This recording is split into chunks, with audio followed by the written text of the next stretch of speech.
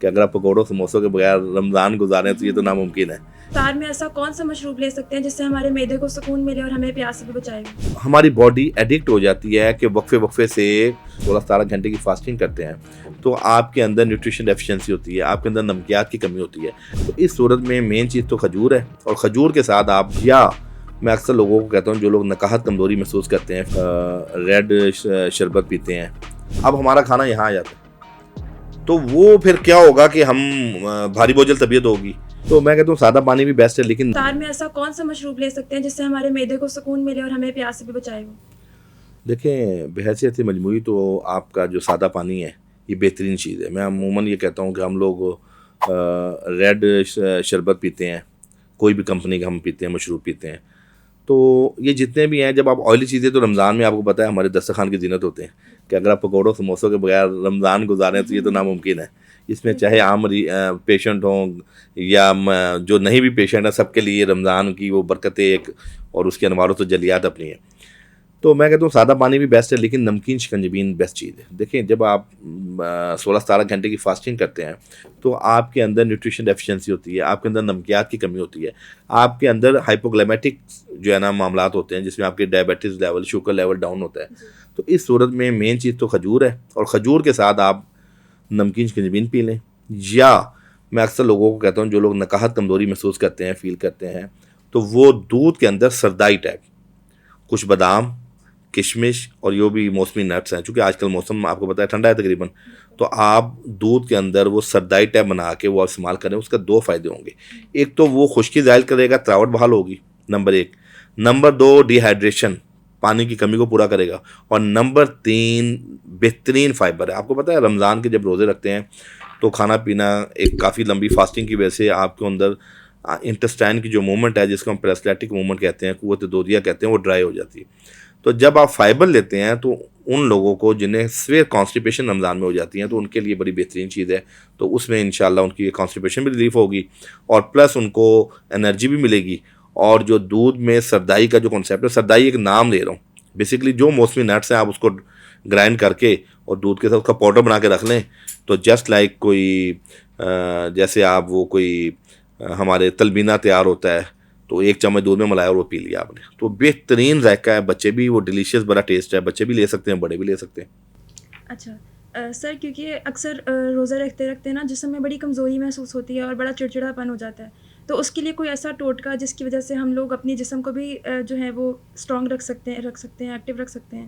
اور ہماری روٹین بھی بہت اچھی رہے، تو اس کے لیے ہم لوگ ایسا کیا ٹوٹکا اپنائیں؟ دیکھیں میں نے شروع میں بھی یہ عرض کیا کہ جب روزے آتے ہیں نا، ہم 15-20 دن پہلے ابھی اگر اس کی ایکسرسائز شروع کر لیں نا تو ہم یہ نکاحت کمزوری میں نہ جائیں۔ ہم لوگ، ہماری باڈی ایڈکٹ ہو جاتی ہے کہ وقفے سے کوئی نہ کوئی چیز جو ہے نا آپ کے وقفے سے کوئی نہ کوئی چیز آپ کے پاس جو ہے نا وہ باڈی میں جائے، لیکن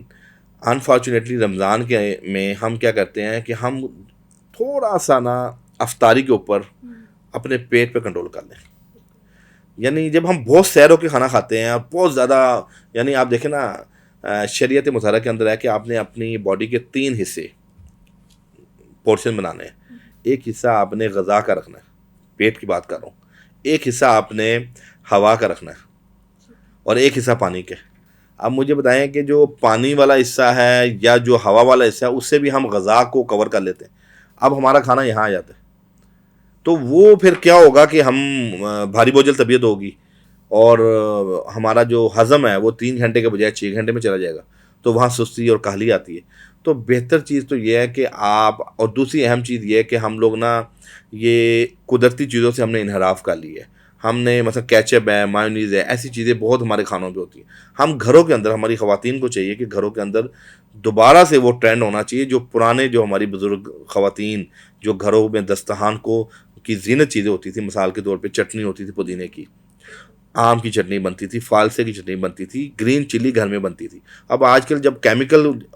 جب قدرتی چیزوں کو ہم نے پیچھے کر دیا، کیمیکل نے ان جگہوں کو لے لیا، تو وہاں بھی بیماریاں پیدا ہوتی ہیں۔ تو آپ نے ہم سے ایک ایسا مانگا ہے کہ کوئی ایسا ٹوٹکا جس سے بندہ انرجیٹک رہے، ایکٹیو رہے، تو وہ 3 چیزیں، 3 کھجور آپ نے افطار میں بھی کھانی ہے، 3 کھجور آپ نے سحر میں بھی کھانی ہے۔ یعنی ہمارے ہاں روزہ کھولتے ہوئے تو ہم کھجور کھاتے ہیں، سحری میں نہیں کھاتے، تو میں یہ کہتا ہوں کہ 3 کھجوریں آپ نے سحری میں بھی کھانی ہے بطور میٹھا، تو آپ بالکل ایکٹیو رہیں گے. اور کھجور اللہ پاک کی ایسی نعمت ہے کہ اللہ پاک نے ٹوٹل باڈی کی جو نیوٹریشن ہے اس میں نیچرل زنک پایا جاتا ہے, B12 پایا جاتا ہے, اس میں کیلشیم پایا جاتا ہے, تو یہ آپ کی تمام نیوٹریشن امیونٹی کو انہانس کرتی ہے. تو جب آپ ریگولر بیس پہ یہ کھجور کا استعمال کریں گے تو امیونٹی بھی اچھی ہوگی, اعصابی نظام بھی بہتر ہوگا. اور چڑچڑاپن کیوں آتا ہے؟ چڑچڑاپن دو وجوہات سے آتا ہے. ایک, آپ کے اندر جب پانی کی کمی ہوتی ہے اس صورت میں آپ کے اندر چڑچڑاپن آتا ہے, تو آپ نے پانی کی اپنا جو انٹیک ہے اس کو تو 10-12 گلاس پورا کرنا ہے. دوسرا چڑچڑاپن یہ آتا ہے کہ ہماری نیند پوری نہیں ہوتی رمضان میں. عموماً ہم زیادہ تر لوگ جو پرائیویٹ جاب بھی کرتے ہیں وہ بھی راتوں کو جاگ رہے ہوتے ہیں, اور کیا ٹائم ہوتا ہے کہ صبح فجر کے بعد وہ سوتے ہیں تو 2-2.5-3 گھنٹے اٹھے اور پھر پورا دن. آپ کو پتہ ہے روزہ رکھ کے کیفیت ایسی ہوتی ہے, دو چیزیں ہیں, ایک اگر